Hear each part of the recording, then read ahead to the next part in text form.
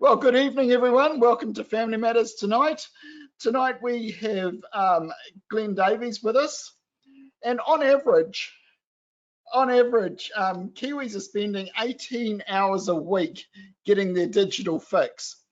Kiwis between 15 and 24 years old are spending a minimum of 6 hours a week accessing the web from their phone. And so tonight we're going to talk to Glen about the dangers of technology, how to fight back.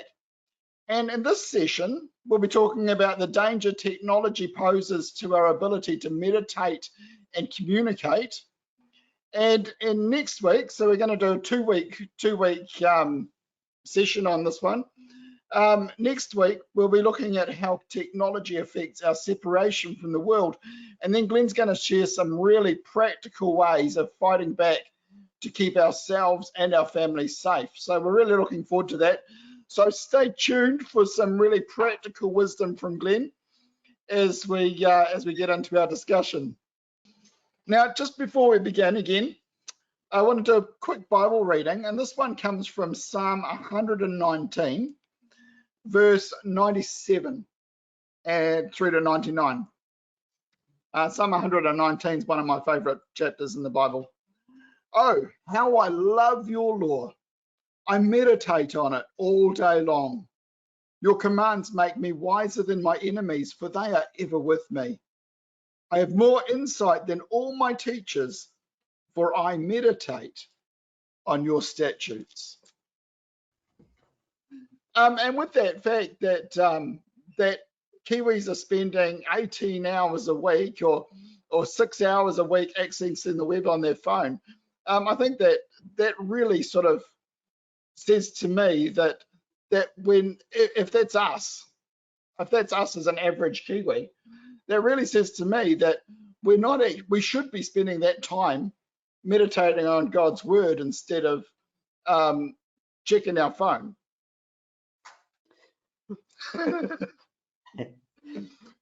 Yeah. So, but you're a tech guy, right? Yeah. So I've been involved in. Do you want to just tell us a little bit about you and what you do? So I've been a software developer for quite a few years. So I spend even more time than that on computers and on the internet. So I spend at least 40 hours a week glued to a computer screen.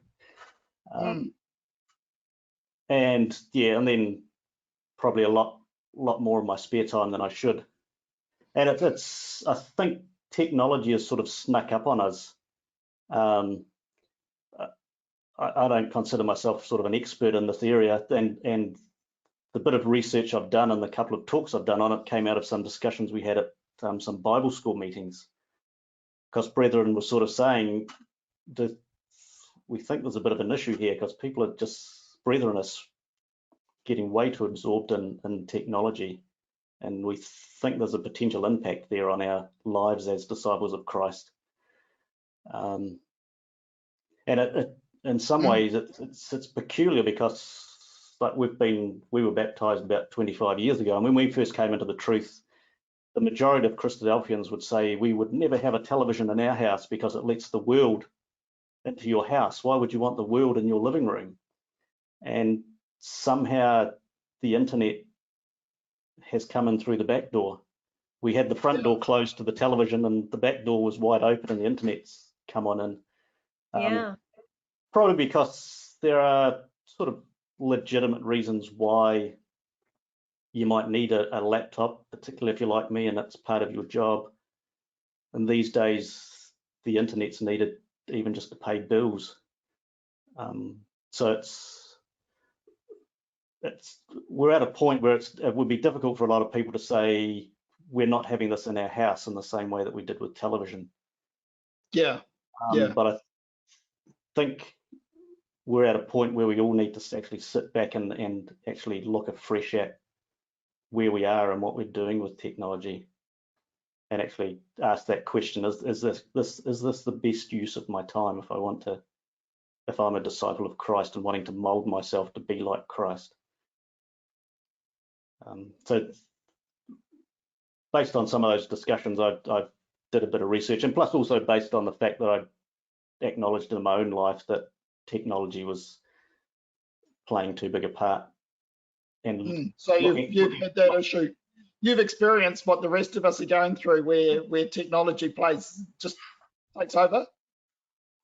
Oh, it's just and I've probably had a smartphone for longer than most people. I think I got an iPhone in 2008, which was probably 4 or 5 years before smartphones became big in the general public. So I've had a few more years to become addicted to it. And just that in the general screen use, just noticing how my attention level had just really vanished. It was really hard to focus and concentrate. I used to, particularly when we first came into the truth, I was an avid reader. I used to read loads of books. And then sometime in the 2000s, I just stopped reading altogether, really. And if I did sit down with a book, I could read like a page or two, and I'd just get sick of it and put it down and go off and do something else. So you think that was a result of all the technology you're using? Oh, I think so, yeah. And since then, there's a huge amount of research coming out from people in the world, basically indicating that technology is making us a distracted generation, that it's removing our ability to focus and concentrate. So it's not just us as Christians and a strange bunch of anti-technologists thinking this, that there are technologists in the world that are thinking the same things. So you've identified distraction being one of the key features that affects our faith. Can you elaborate a little bit more on that? Yeah, that was one thing that sort of really struck me when I sat down to do a series of talks for the last summer school on the effect of technology and trying to identify what are the threats from technology. And that verse you read just really highlights the importance of the ability to meditate, to sit down quietly and spend a large amount of undistracted time just focusing on the Word of God, and taking the Word of God into us and memorizing it. And really, technology is making us the complete opposite, that we just drift from one thing to another. And really, ultimately, as disciples of Christ, our idea is to develop the mind of Christ. And the only way to do that is to take God's word into our mind and to meditate on it and chew it over and to be able to really read deeply and meditate deeply. And so there's some pretty interesting statistics, like, and the things I'll sort of mention here all come from peer-reviewed scientific journals. So these things I'm mentioning aren't just the odd person's hearsay. This is people have done serious research and had it peer-reviewed. 75% of screen content is viewed for less than 1 minute. And one study showed that people switch between different content when they're on a screen, switch between different content every 19 seconds. Wow, that's significant. Yeah. And they've done analysis to show that you actually experience like a neurological high when you switch. So when you see a hyperlink on a web page, as you click on it, you get a little dopamine hit. So your brain gets trained not to be actually reading the content and taking it in, but actually spotting a link to something else. The excitement comes from clicking on the link and going to the next page, rather than actually taking and absorbing what's on the current page. So yeah, the excitement comes from rather than from the absorption of the information, it's coming from the excitement of a journey to who knows where. Yeah, so there might be something really exciting at the end of this link. So I won't get too engrossed in this particular bit. And yeah, the brain starts to get molded to that way of operating. So sitting down with a book and just reading a plain old page where you can't actually click on a link, the only option you've got is to turn it and go to the next page. Or if you like some people, you can flip to the end and see how it ends if you want to. But yeah. I can see how it really does take us away from being able to focus just on reading for the sake of reading and following it through. Yeah, and some other research showed that the average time that you can stay focused on a computer is 40 seconds. Oh, wow. So it's the whole technology world is pushing us towards this, just skimming across the surface, never actually really taking anything in and thinking deeply on it. So if people have focused so far, those who are watching, you've actually done quite well, because you've done it for 14 minutes so far. Congratulations. Yeah. And the trouble is that the big companies that make all their money out the internet, like Google, for instance, they really want you to keep moving, because the more web pages you view, the more ads you view, and the more potential is that you'll click on an ad, so the more money they make. So they don't want you to bring up an article and spend an hour reading it and thinking about it and mulling it over and meditating on it. They want you to spend a maximum a minute and then move on to the next one, which has got more ads on it. Yeah. And you'll see a lot of web pages designed like that. They'll have the clickbait, a little enticing headline.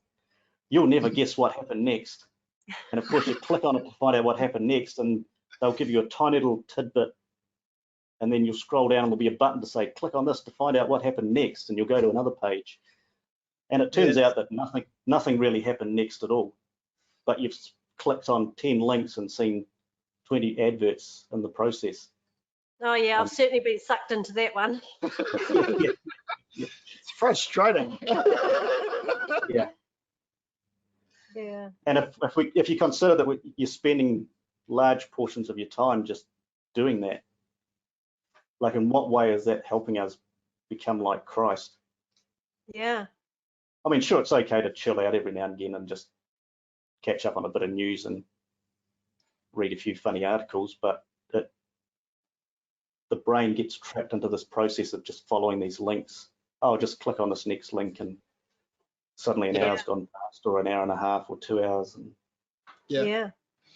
You were telling us the other day about some really interesting research about mice. Is it mice? Mice, yeah. And the rewards, the click rewards. A lot of the applications are designed to basically be addictive. And there was a scientist in the 1950s called Skinner, or a psychologist. He was trying to work out how to make students be more willing to learn. So he did some experiments on mice, and he worked out that if you gave them the same reward at the same time by clicking on a lever, it sort of worked okay, but if you gave them a random sized reward at a random time when they clicked on the lever, they became addicted to clicking on the lever. And he realized that humans were exactly the same, that if you give humans a random reward, randomly spaced apart, they become addicted to that, and it's all to do with the dopamine again. The brain gets this dopamine hit when you get the reward, and you get more of a dopamine hit when you don't know what the reward's going to be, or if there is going to be a reward at all.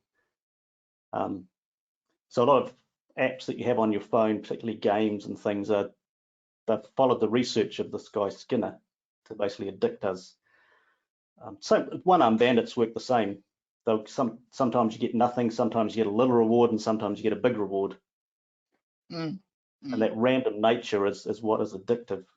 And application developers have picked that up and run with it.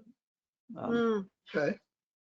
There was a psychologist that wrote a book for app developers on how to make your apps addictive, and a lot of them have picked that up. So that's why you'll find that if you've got a game on your phone, it can be one of the reasons it's addictive is because you'll be wanting to get your little reward, and you may not be sure whether a little bit elusive. Yeah. And email's sort of similar, because you check your email, there might be a really exciting message there, or there might be nothing at all, or there might be something that's just a little bit interesting. So it's tempting to just keep going back and checking your email because you're not sure what's going to be there. Yeah. Yep, I've Yeah, certainly I done do that. that. I'm sure a lot of people do. Hopefully it's not just us. Yeah, and it comes back to exactly the same thing with the mice. And it really hit me when I saw that the fact that we behave exactly the same as mice do in relation to this. And if that's the case, it has to be the carnal mind that is driving it, because of course mice don't have a spiritual mind. Well, I'm pretty sure they don't. Yeah, okay, fair enough. Yeah. Yep. Well, maybe except for Stuart Little, of course, but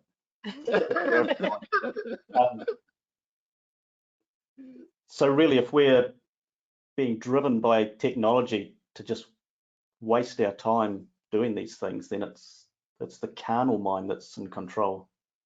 Mm. Whereas the Father's told us we're supposed to have dominion over the carnal mind. So it gives us pause for thought to say, which part of me is driving this behavior? Yeah. Mm. So if we're addicted to clicks, and we're desperate to check our emails, or we've got that game on our phone that we're playing with, how would you recommend, or what would you say to regain our minds? How would you recommend to regain our minds for Christ? If we've got this addiction.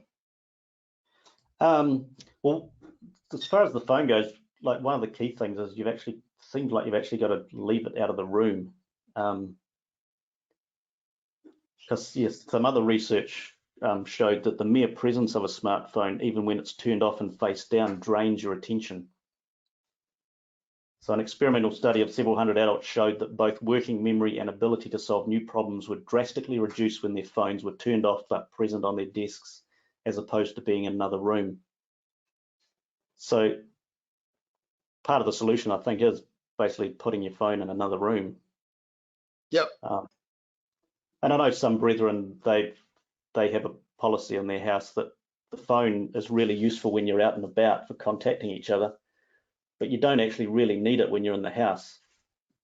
So when you come back home, you put your phone on a cupboard in the entranceway, and it stays there. Okay. Which that So maybe basically just leaving it alone, getting it out of sight, out of mind. Yeah, and it seems like you literally do have to get it completely out of sight. For some reason, even just having it next to you, even if it's turned off, is distracting. Okay. Because it's like you can see. I've got mine there right now. It's like right in hand reach. It's just here. Yeah. So is a phone a worse form of distraction than the computer itself? I think it's probably worse than that we've got it with us all the time. Just more accessible. Yeah, it's just more accessible, and you're just used to it's there in your pocket. Whereas so laptops are more distracting once you've sat down with it and got it open and you've started on one YouTube video. And of course, again, the technology companies, they know what they're doing because they recommend things based on what you've already watched the most of. So when you start watching your YouTube video, there's a list of really great ones that sound really appealing to you down the right hand side, because they know what's going to appeal to you based on what you watched yesterday. And it's like, oh, that one looks really good, I just watched that. And then of course there's another new list of really interesting ones. Yeah. And they gradually refine that until they've got you on a hook, basically. Yeah, they know. They work out what you like, and they'll just keep showing you stuff that's bound to appeal to you. So it's So what do you think it is that drives our need for distraction? Well, that was another interesting bit of research I came across. Well, one researcher that was looking into it,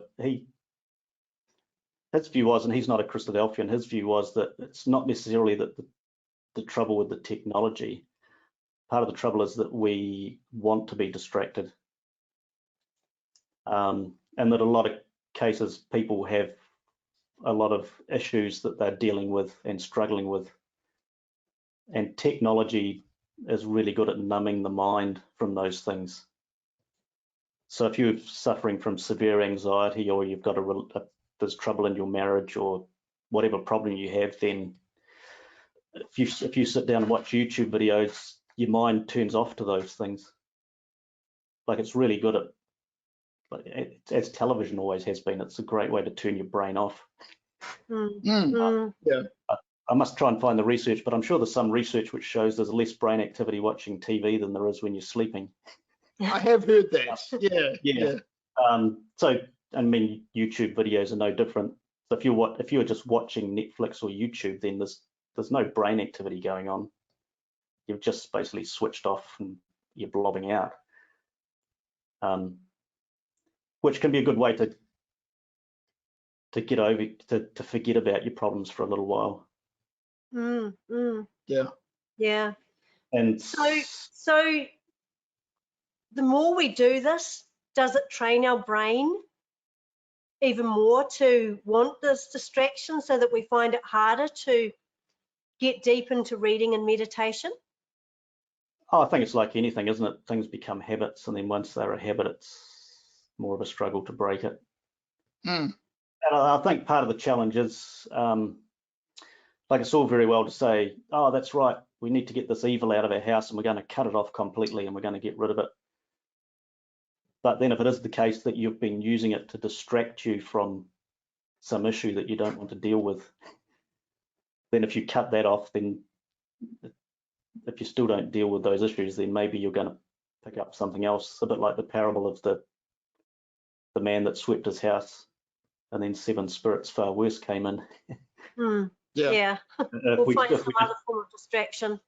Yeah, if we just say, well, I'm going to get rid of technology, but you don't look at the underlying issues of why it was that you were wasting so much time on it, then maybe there might be a worse thing that you take up as a habit. Yeah. So as far as training the brain goes, you mentioned another interesting piece of research about learning the piano. Oh, yeah, that was in relation to how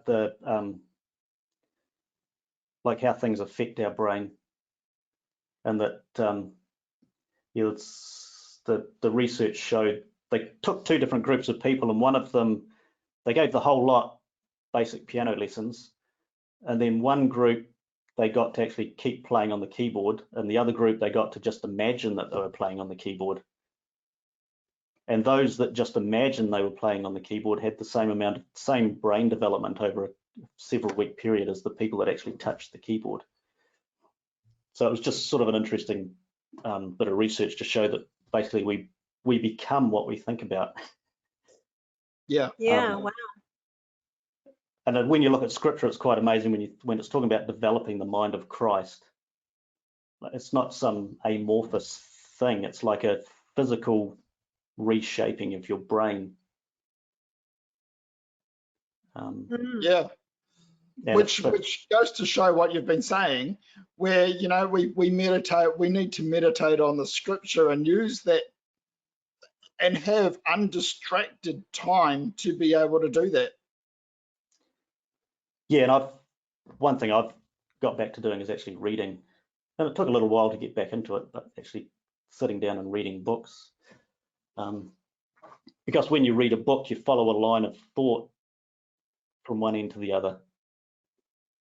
And then your brain plays around with that and works on it. And then you'll read another book and you'll make connections between those books you've read plus the scripture that you've been reading. And that somehow works in your brain. And that's part of meditating, isn't it? It's taking all of those things and thinking about, well, how does that impact me? What does that mean in terms of my life and how I'm living? Whereas if we're just on the internet and skimming from one thing to the other, never actually really taking anything in, we've got nothing to chew over. We're not chewing the cud at all, which is the lesson from the clean animals, isn't it? Yeah.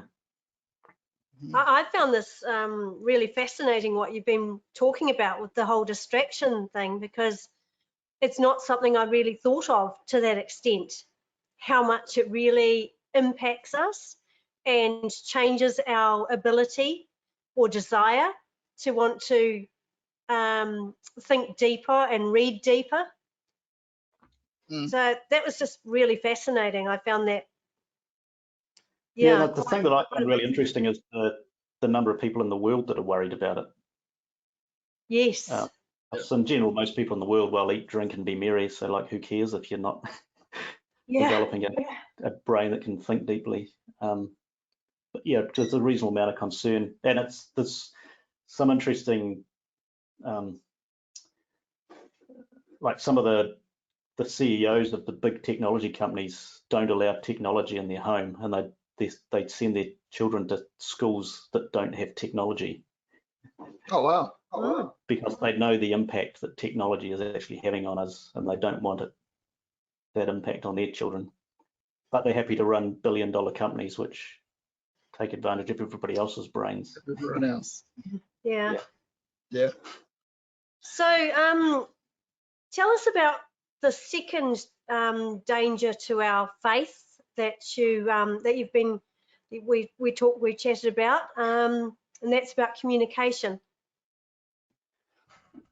Yeah, because I think one of the other key things about being a disciple of Christ is that ability to build each other up in the faith and have empathy and relate to each other and have love one towards another. And some of you will and some of you won't have read online discussion forums with Christadelphians. And that's not unique to Christadelphians, but online discussion very rarely is an uplifting place to go. It seems like it's really easy for people to resort to a character assassination and being really nasty and curt with each other. And I read one book by, again, a worldly psychologist, and he's done a lot of research which indicates that for some reason, when people communicate online, they become much more aggressive. They lose a lot of their empathy and really resort largely to character assassination rather than having a reason. Building. Yeah. A reasoned discussion. Yeah. Yeah. And it can be a bit sort of faith destroying and a bit soul destroying when you log into an online Christadelphian discussion forum and see the way that brethren are talking to each other, and you sort of think, I can imagine. Yeah. Look, who are we if this is how we can talk to each other? Have we actually got the truth if that's how we relate to each other? But I think it's not necessarily the way people would normally relate to each other. There's just something about this online context. And there was, again, the research, where is it?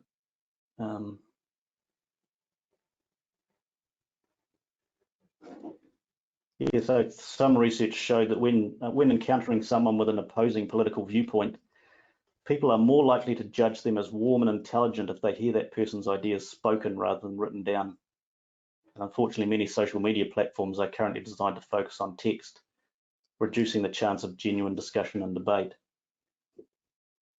And it's, you hear some of that, you read some of those comments online, you think I'm sure they wouldn't talk like that to each other if they were at the hall face to face after a Bible class. And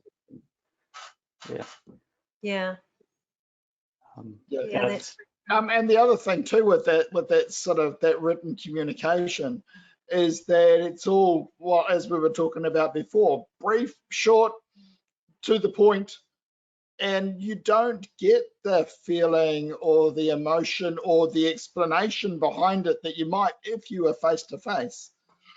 And you can read someone else's body language or whatever else, whatever other communication cues you get.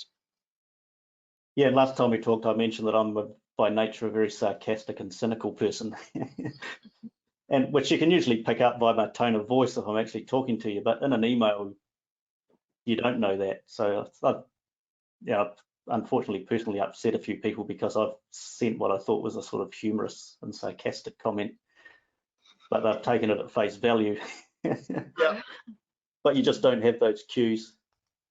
And the speed thing's an issue too, because you can, in the heat of the moment, you can quickly type up an email and go hit the send, and well, let's show them, let them answer that. And then usually as soon as you hit send, you've thought, oh, maybe that was a bit blunt. Yeah.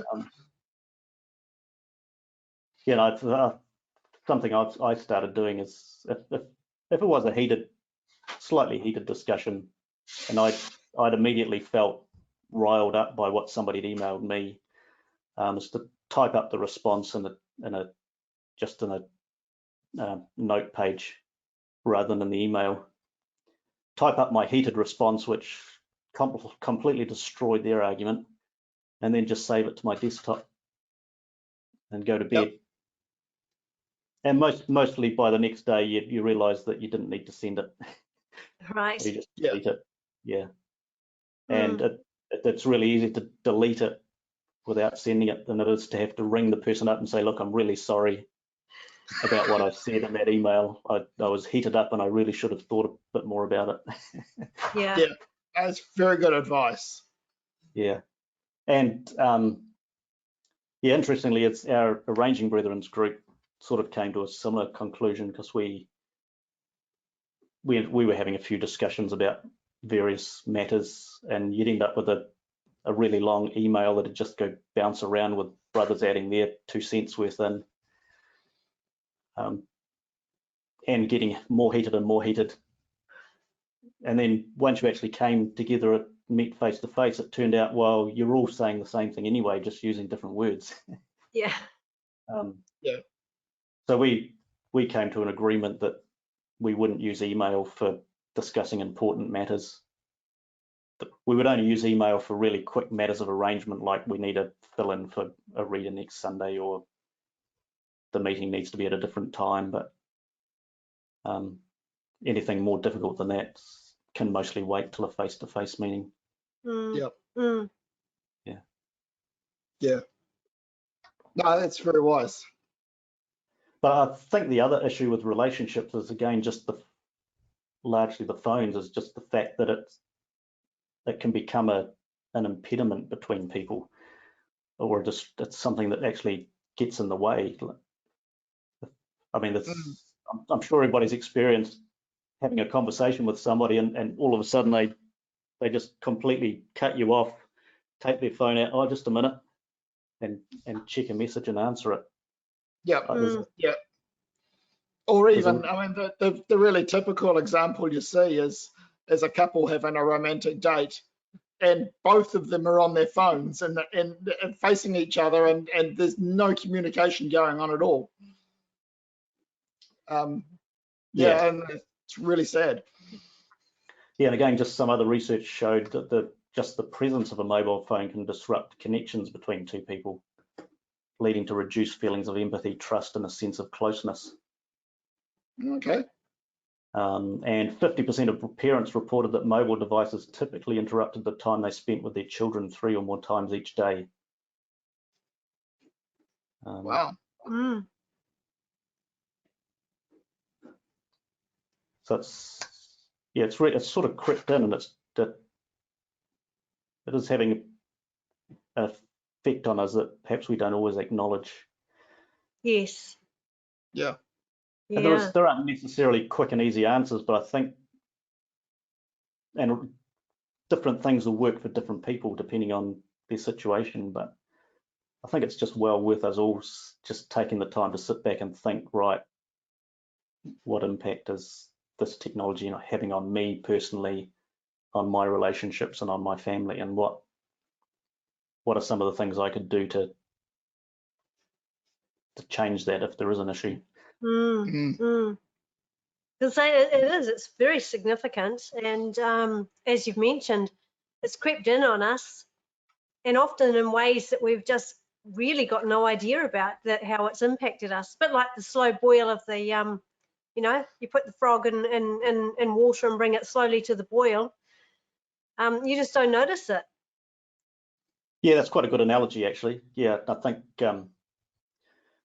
and definitely at those Bible school meetings, that was sort of the view of a lot of people, that we'd dropped the ball in some ways.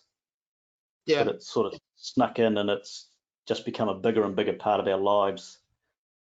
And we haven't taken the time to think, actually, is this a good thing or not? Yes. Or if there are some good things about it, how can we segment those and overcome the things that aren't so good? So how do you think we can do that? Where, like, I know there are some good things, and I'm hoping that Family Matters is one of those. You know, I mean, without the internet, without technology, we wouldn't be able to have this sort of discussion with you. We'd be in our ecclesial hall doing it with half a dozen other people, you know, and it'd be a lot smaller and a lot less, you know, we wouldn't have that expertise. So how can we take the good, how can we maximize the good and minimize the bad? You got any thoughts on that? I don't know, I haven't asked you this before. Yeah, so. I mean, and also just adding to what you've said, I mean, the whole COVID lockdown would have been a lot more depressing if we didn't have like GoToMeeting and Zoom. Absolutely. Yeah, so it's, like I said, you could go the hard line and say, right, that's it, we don't need this, and be like the some religious groups that refuse to have any technology whatsoever. But it does become really difficult to pay your bills and do various other things, and even in terms of children and in terms of their education, sometimes it's hard to avoid it completely.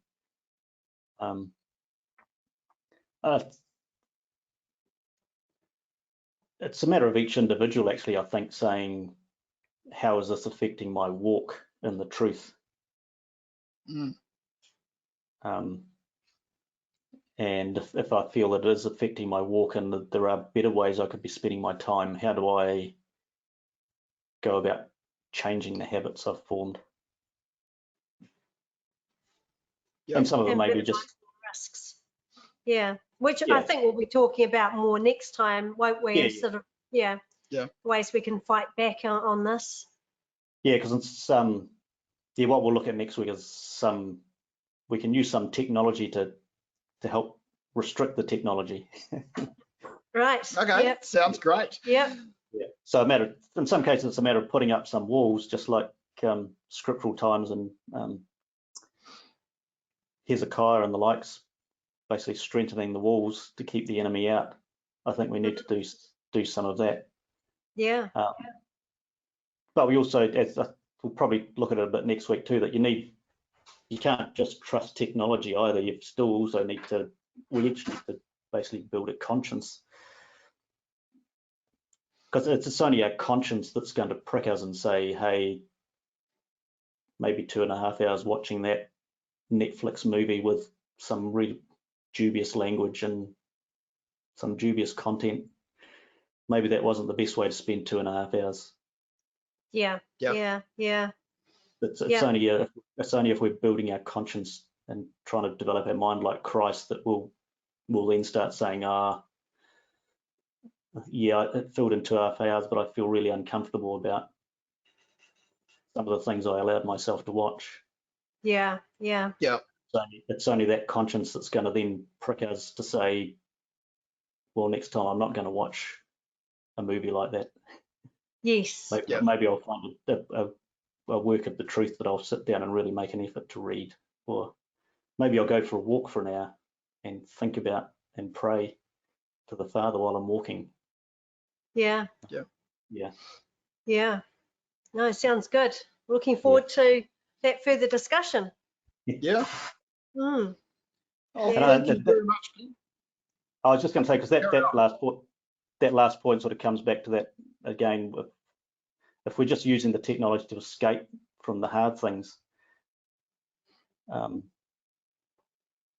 it's much easier to sit down with the technology. But sometimes we've got to sit down and actually approach the Father in prayer and say, look, I've got a real struggle in my life.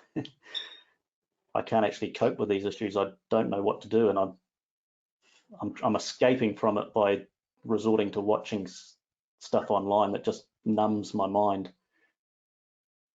But I need your help to work out how I can actually confront it. Yeah. And the same too. Yeah. And the same too, if we're finding, like, you know, you're picking up a book or even the Bible and trying to do Bible readings, and you've found that you can't focus anymore because you're so used to these 30-40 second clicks. You know, maybe we just, again, like you say, we need to just sit there and pray and say, Lord, help me to focus. Yeah, and some of it's a bit like eating the elephant, isn't it? Sort of one bit at a time. So it's like, rather than trying to sit down and read War and Peace, or sit down and read Elpis Israel from front to back, say, well, I'm going to read 2 pages of Elpis Israel. Mm. Yeah, or maybe just one thinky thing for starters. Yeah, there's an idea. So yeah, maybe starting small sometimes and building up. Yeah, training your mind again in a new way. Yeah. Yeah. Mm. Well, let's hope we can all make an effort to do that. And I know what I'm like. I mean, I find like I sit down and read a book, and I'm like, okay, I've read half a chapter. Is it almost over? And I'm flicking over the pages, like, 3 more pages. Do I carry on or not? You know. Yeah. But yeah, you do find that with a bit of training, it does perk up, and yeah. So it's something I need to work on. So thank you, Glenn. Really appreciate that. I guess it's a bit of retraining our appetites in a way, isn't it? Yeah, it's like all things, the brain's an amazing thing that the Father's blessed us with. With a bit of effort, you can train it to do all sorts of amazing things. Yeah. And in particular, training to be like Christ. Yeah. Well, it's just been really fascinating. We've really appreciated the research you've put into it, and the the knowledge and the expertise that you've shared, and just bringing us a bit of awareness. So I think it's something even as not as only as individuals, but I think in our ecclesias we probably need to think about how we can address some of these issues too, I would say. Yeah, and there's the article on Wilderness Voice, which I think, Robert, you were going to email around to people. Yeah. For those of you that haven't read it, that's sort of a summary of most of the things I've been saying. Plus, there's quite a good bibliography at the end, so that if you're interested in the research side of all this, then there's a list of a few books there. I was going to mention that afterwards. So, but you've done that, so that's cool. Yeah, I will put that link up in the chat box during discussion time. So if you're wanting to see that on Glenn's article on Wilderness Voice, that'll go up in the chat time thing, and I'll also email it out to anyone who's receiving Family Matters. So thank you very much again, Glen. We've really appreciated your time today. Looking forward to next week when we'll carry on with the discussion and talk about remaining separate and hearing your advice for what we can do practically in our families, how we can build those walls and remove those temptations that we get from the internet. There is a question on the chat box, but we'll talk about that in discussion time. Just before we finish, just let you know what's coming up. 7th of September, which is next week, because it'll be September next week. Spring, yes. For those of us in the Southern Hemisphere, of course. Technology and Internet Safety Part 2 with Glen. So continuing with what technology does for our separation from the world and talking about some really practical ways of fighting back to keep ourselves and our families safe. So yeah, don't miss that one. It'll be really life-changing. So yeah, don't miss it. September the 14th, we'll have a break. September the 21st, we'll be talking about, Sharon and I will be talking about burnout, and Darren and Josie Horror will be hosting that one for us.